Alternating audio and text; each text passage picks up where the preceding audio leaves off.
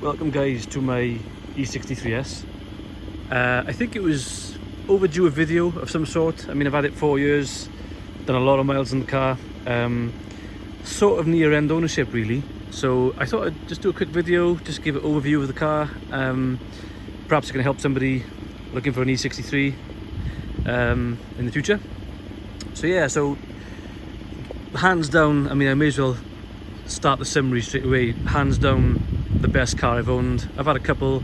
I had the old W204 6.2 C63. I've had a new Panamera 4S, and this is just such a good all-rounder. I think the only compromise is ride comfort. It does ride a little bit hard, especially because I've lowered it, but otherwise, I mean, what do you expect? It's a standard, it's 612 brake horsepower, so I think it's expected, but overall an amazing, absolutely outstanding car really. So yeah, I bought the car a year old. It had 10,000 miles on there. It's actually on nearly 70,000 miles now. Sorry, it's nearly on 77,000 miles, so I've done a lot. I've done nearly 20,000 a year, and that's how good the car is.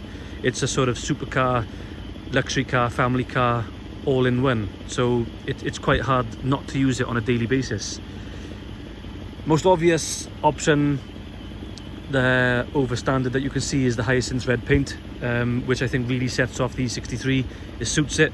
Most E-classes you see are sort of black, silver, white, so it is nice to see the Hyacinth red, and like I say, when it's clean, it is stunning, to be fair. It's beautiful.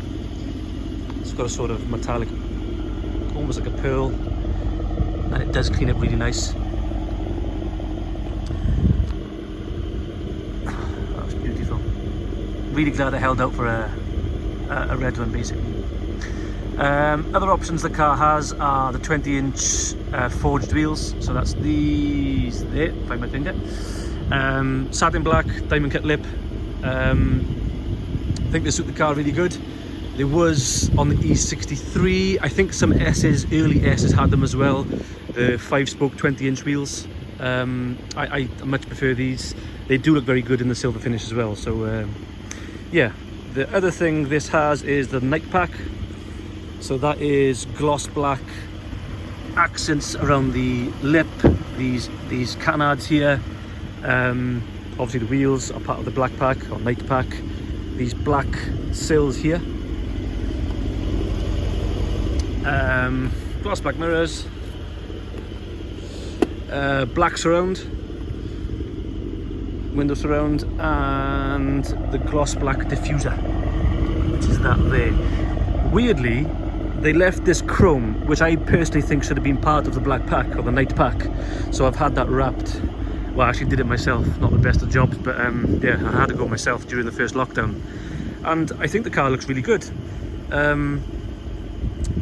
The other thing, the other options the car has inside, full carbon interior. I'm not a huge fan of carbon. I don't get why it's such an in thing on a 2-ton car, carbon fibre. I mean, you know, but it does look really good. The other options was the open pore wood ash green sort of interior, which is standard, which I'm not a fan of, because you can find that in sort of, you know, run-of-the-mill Mercs. Nothing wrong with that, by the way. And the other thing I found was a couple of cars I found with all these areas being gloss black. You look at them and they scratch. It's just awful. So I would personally try and find a car with the carbon fibre inserts. Interestingly, this car has the sport seats, and the reason for that, if I go around to the other side, is because you get the driver's assistance package. So you get, you know, lane keep assist, brake assist, which is that one there, and so forth. Bizarrely, if you spec race seats, which are the buckets, you don't get to have the option of the driver assistance package. I'm not sure why that is, but that's just a Mercedes thing. So those who think the race seats hold a premium over sport seats, at the time of manufacture, they were both no-cost options. So don't be fooled in some dealers or people saying that, you know, the race seats were an X amount option, because they were both standard, just down to choice. This is a 2017 car, so it has the early steering wheel. This got updated, forgive my dates if they're wrong, around 2018, where you had slightly updated steering wheel with the squarer buttons, which I'm not quite a fan of personally. And then in 2020, I think it was, that particular steering wheel with the squarish buttons also had the Sport Select dial there. I am a watchman. I do like the fact it's got the IWC clock. Bizarrely, on the new facelift E63, it doesn't have that, which I find odd. It's just a gap. You know, instead of putting a Mercedes clock there, they left it blank, which I thought was a bit odd. Other things it has, as standard, are the intelligent LED lights. Not as good as what I found on the Panamera, but they are fantastic. I find the camera, so when it dims the headlight, so it's always on full beam. When it dims the headlights for oncoming traffic, I find the camera, which is based up here, is a little bit dim-witted and slow sometimes to react, but otherwise it's very good. It's very good. The car all round Michelin PS4s, 295 3020 on the rear, 265 35 on the front. So this car isn't standard now, so as we can hear from idling, it is a little bit loud. Hopefully you've seen my other video where I do a couple of launches and a couple of revs just to show you what it sounds like. It sounds like a Spitfire under load. It's borderline ridiculous, but you know, I can have my young daughter in the car, you know, I can go to work, shopping, whatever, close the flaps and everything's fine. So this has been to MSL Performance in Birmingham in the UK, stage 2. So it's currently running 740 brake horsepower and 830 pound-foot torque, which is around 1100 newton meters. So all that was basically a set of downpipes fitted, catless, so there's the Red Star downpipes, and a remap, and that was literally it. And it's pretty savage. I haven't got a draggy on there, which I would like to do. So if anybody in South Wales does have one, I'd love to lend it. Otherwise, I'll just get one myself.